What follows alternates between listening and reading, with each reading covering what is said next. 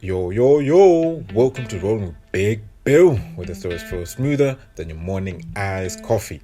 Alright, before we hop into today's story, I just wanted to give you guys a quick disclaimer, a huge disclaimer actually.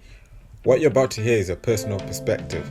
It's not intended to offend, but to spark thought and conversation about things that we can all relate to: identity, family, and growing up.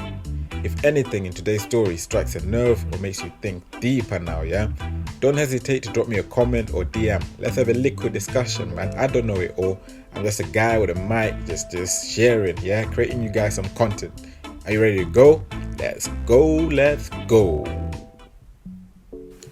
Let me ask you something. Who are you? No, not your name. Not what you do. I mean, who are you? Think about it. Because funny enough, I didn't know who I was until a teenager hit me with a question I didn't see coming.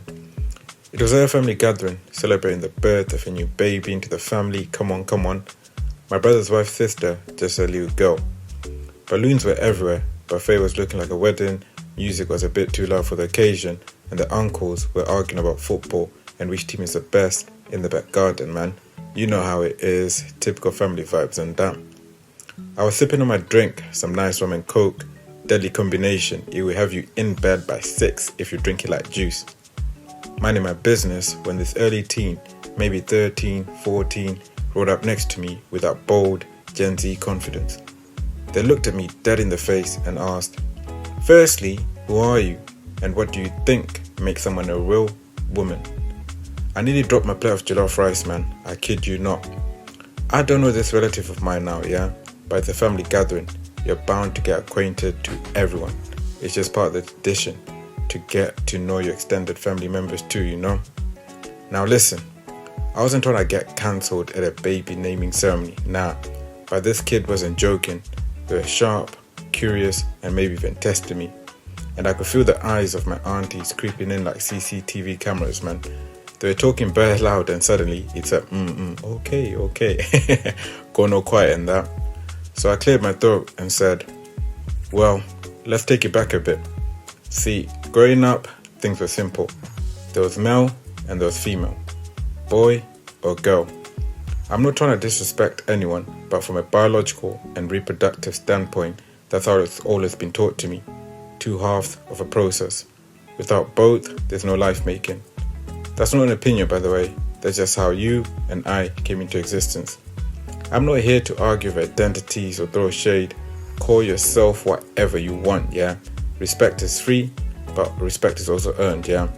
I'm not anybody yet. I'm not anyone now to tell you who you are. But when it comes to certain truths, like the ability to carry and give birth to a child, that's something those born biologically female possess and can do. There's no in-betweens, there's no shortcuts. That's not hate, by the way, that's just biology. I'm not saying this from a place of arrogance. I'm just a man raised by a woman who did it all. My mum just didn't give birth to me. She protected me. She fed me, wiped my tears, knocked some senses into me when I needed it, when I was being a menace like Dennis, and stood firm when my life was falling apart. I've seen strength, I've seen softness, and I've seen sacrifice, all wrapped in one woman. So when this teen asked me what makes someone a real woman, I thought of her. And I told them, you can be called Tony, Tommy, T. I'll call you whatever you want. But you see that woman over there in the corner holding the baby? That's a mother. That's a woman. And one day, if you're lucky, you understand the weight that she carries. IVF, surrogacy, science. It's all amazing now, yeah? Truly. It's opened doors for people who thought they would never be parents in their lives. Let's not forget adoption as well.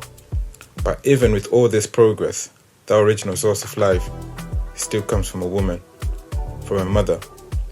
And who am I, you might be wondering? I'm still working on being the full man I know I can be. Right now, I'm just half a man. The half that my mom helped shape, the other half that's on me to build, with honesty to self, with some resilience, and with the purpose of unlocking my full self. I am my mother's child. That's who I am.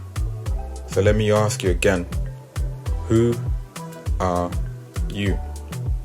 I know who I am. I say with chess.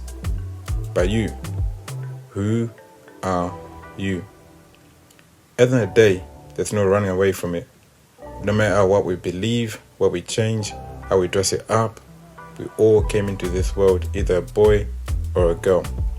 2 genders, 2 parts. Everything else is just a different conversation, man. An interesting conversation, I should say. But me, I'm still walking my journey the best way I can. Trying to make my mum proud, you know. A mother's child, always and forever. After our little conversation, to say the kid was happy or sad with what I said, I'm not sure. As all they said was, interesting viewpoint, dude, man. I'm just gonna go and get myself a drink. I'll see you around. Gen Z, man. Gen Z.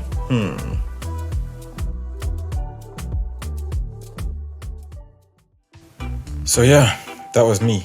Almost dropping my plate of jollof rice, man. Over a teenage identity and women. Life be lifing, man. I don't know if that's even a word, but I hope you know what I mean. If today's story got you thinking, smiling, or even side-eyeing, get at me. Comment, DM, or bring it up in your next group chat. I don't know. My handle is @BigBillPodcast. It's not about being right. It's about being real and honest with yourself. I think, anyway. You've been rolling with Big Bill today, the Bill Star. Until next time, stay safe, stay blessed, and keep cruising.